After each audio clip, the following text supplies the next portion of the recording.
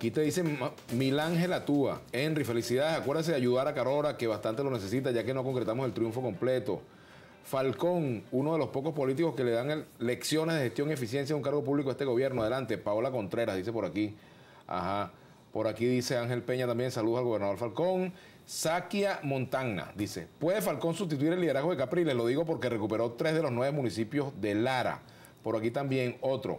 Llegó la hora de que usted tome las riendas, podría tomarlas desde ya, que lo promueva como nuevo candidato de la MUD. Ajá. Aquí dice también Jesús Núñez, ¿cuándo se va a hacer una ley para impedir para una ley que controle el exceso de natalidad? Carlos Ramírez, usted estuvo una década con los rojos, después se voltea y ahora está en contra de ellos. ¿Cómo pretende convencer de que lo quiere? Otro por aquí, que decía un señor de apellido Peña, creo que por aquí que lo vi, con respecto a Robert Pacheco, perdón. Qué bueno sería si Capriles tomara el ejemplo de Falcón de hacer oposición desde su estado sin abandonar sus funciones. Varios comentarios, pues hay muchos comentarios. Mira, yo creo, Vladimir, yo he asumido una responsabilidad que se me dio en mi entidad. Ahora, sería también mezquino desconocer el trabajo de Enrique. O sea, Enrique ha asumido un liderazgo nacional, que lo reconocemos. Yo creo que ese liderazgo de Enrique, junto a otros líderes, bueno, un liderazgo colectivo de la Unidad Democrática, que de alguna manera tiene mucha responsabilidad en lo que hay que hacer en futuro al país. Decía uno de tus mensajes, por ejemplo, yo que estuve en el PSUV, no lo voy a negar, claro que sí, y esa es parte de las decisiones democráticas que puede tener uno, que tú puedes estar hoy y no comparto mañana metodologías, esquemas y simplemente asumo frente al país y frente a la democracia mis decisiones. Ahora, en la oposición hay muchos liderazgos, están haciendo liderazgos importantes. Alfredo Ramos, por ejemplo, en Lara, José Barrera, que es un líder, que es un líder importante con una votación extraordinaria en un municipio de mucho peso en Lara, como también un independiente allá en Jiménez, José Martín, el alcalde de San Cristóbal, este muchacho Carlos García, alcalde de Mérida. Son liderazgos emergentes que van mostrando un camino y además del camino pues nos van dando algunos elementos para que nosotros podamos consolidar ese liderazgo colectivo tan necesario para el país. Saquia Montagna te dice, ¿está desestimando Falcón los 200 otros municipios del país? ¿Por qué no reconoce que la revolución ganó? Es que nadie está desestimando a nadie. Al contrario, se trata de que hubo una competencia sana y que, bueno, ellos obtuvieron una cantidad de alcaldías y nosotros obtuvimos otra. Simplemente hemos dicho que si el gobierno tenía 280 alcaldías y ahora tiene 215, bueno, redujo su capacidad de acción. Entonces eso se entiende que es una pérdida. Si la oposición tiene 50 y ahora tiene 100, amplió su radio de acción. Entonces eso le da una consolidación superior a la que tenía. O sea, ganó. O sea, en términos verdaderamente... Ganó más de lo que tenía, pues. Ganó, y el gobierno perdió lo que tenía. Pero es que Pero ¿cómo ves tú, por ejemplo, y te preguntan por aquí, cómo ves a Nicolás Maduro después de las elecciones y sobre todo de cara al 2014, el liderazgo del presidente? ¿Cómo ves al Va a presidente depender Maduro? mucho de él. Va a depender mucho de él, de lo que haga para resolver el problema económico que tiene el país, de la voluntad que muestre de convocar a todos sin excepción a un gran diálogo nacional, de reconocer a los alcaldes y a los gobernadores y respetar la competencia que tengamos nosotros. ¿Tú lo viste en el Consejo Federal de Gobierno? Sí. ¿Pudieron conversar algo allí? No conversamos, pero hubo allí algunos anuncios que nosotros consideramos importantes. Por ejemplo, la homologación a los educadores, la homologación a los policías, el aumento a los recursos que recibimos nosotros por concepto de el Fondo de Compensación Interterritorial, pero hay cosas que deben debatirse también, por ejemplo, el problema de la descalificación permanente a quienes tenemos una visión distinta al país. Esto, por ejemplo, que está sucediendo en Barquisimeto, y si hay que decirlo y denunciarlo, así como se tomó la flor de Venezuela, ahora hay un patrimonio del municipio que es el Bosque Macuto. Apenas ganó Alfredo, ya el Bosque Macuto se lo quieren transferir al Ministerio de Turismo, Mercabar, eso es patrimonio de la ciudad. O sea, de esa forma excluyente, de alguna manera anárquica, desordenada, no se puede conducir un país.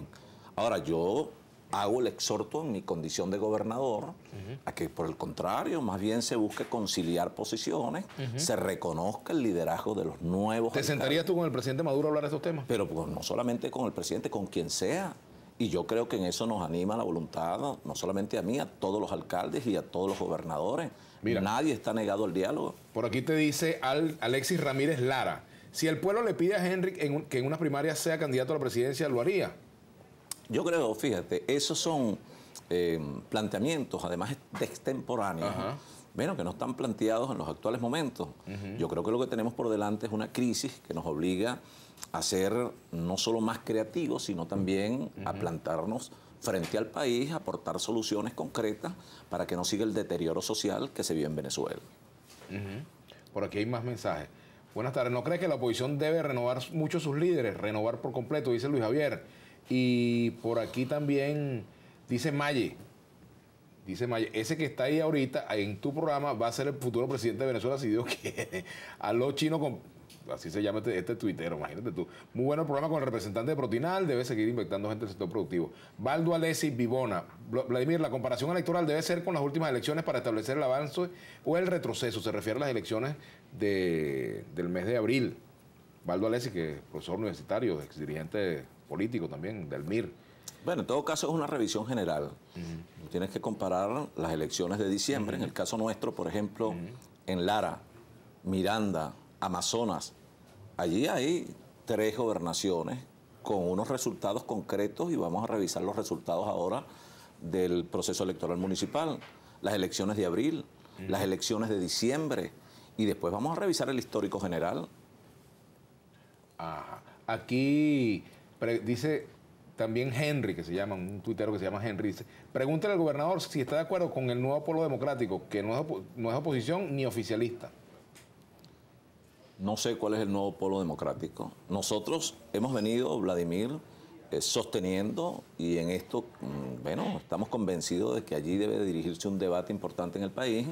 Nosotros venimos asumiendo la tesis del progresismo, del progresismo social, el progresismo incluyente, el progresismo eficiente, para oponerlo al socialismo que entendemos decadente en muchas áreas y que de alguna manera, bueno, tiene que contraponérsele un modelo distinto a lo que estamos viviendo, pero que eso pueda dar lugar a un debate democrático, bueno, y que cada quien tome posición en torno a esto. Nosotros hemos ido a las universidades a debatir todo esto y lo vamos a seguir haciendo. Henry, aquí te preguntan que si aceptas el plan de la patria, si lo has revisado, lo has leído, lo has estudiado. No lo he leído, no lo conozco a profundidad, de tal manera que sería irresponsable emitir un criterio a priori sobre esto.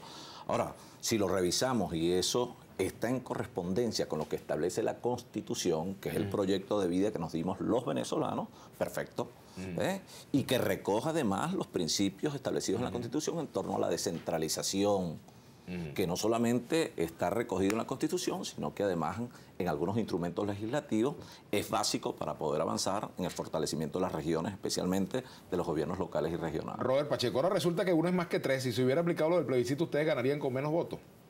Pregunta, ¿no? Y una reflexión que hace aquí Joaquín Pereira, ¿cómo puede cada lado decirse ganador si el país está cayendo? Una reflexión interesante. Bueno, por eso, fíjate, el planteamiento ese yo creo que responde a lo que hemos dicho. Yo creo que están dadas las condiciones para que se abra un gran diálogo nacional, que podamos explorar más allá de nuestras diferencias, cuáles son las coincidencias para poder sacar al país de la crisis en que se encuentra, bueno, postrado, la situación que ha generado serias dificultades en el orden de lo social. ¿Qué ocurre, por ejemplo, con esta crisis política y esta crisis económica y social que de alguna manera mantiene en zozobra, en incertidumbre a la mayoría de la población? Yo creo que esos son temas más relevantes para la gente, bueno, que entonces anclarnos en un debate que si este fue el que ganó, aquel fue el que perdió. Yo creo que ahorita hay temas más relevantes que nosotros debemos abordar y que estamos dispuestos a hacerlo. Ajá, bueno, ya terminando, Henry. Gilmer Alcalá, si en la votación nacional gana el PSUV, ¿por qué siguen en la negación del plebiscito que hoy ya han perdido? Y te dicen por aquí que si la vía Barquisimeto a Carigua corresponde limpiarla, ¿a quién? Pregunta Sonia. Al Ejecutivo Nacional. Que está full de monte, dice ella, ¿no? Y no solamente la vía, recuerden que hubo un decreto de reversión que produjo el Ejecutivo Nacional, donde no solo bueno, tomó los peajes, las vías, las troncales, sino también hasta la vialidad rural, que está vuelto un desastre. Y eso no permite que nosotros seamos más eficientes en la producción para poder tener garantía alimentaria en el país. Esa es la verdad. Ahora, allí puede haber una mancomunidad de esfuerzos entre los gobiernos regionales, los gobiernos municipales y el gobierno nacional, sin mezquindad. Tiene 10 segundos para un mensaje al presidente Maduro, si quisieras enviar un mensaje al presidente Maduro. Bueno, que entienda la realidad del país y que convoque a un gran diálogo nacional, que no es con arrogancia y con prepotencia como se construye un modelo que entienda al venezolano común, sino por el contrario, con mucho diálogo, con mucha concertación y que podamos transitar los caminos de entendimiento y de paz.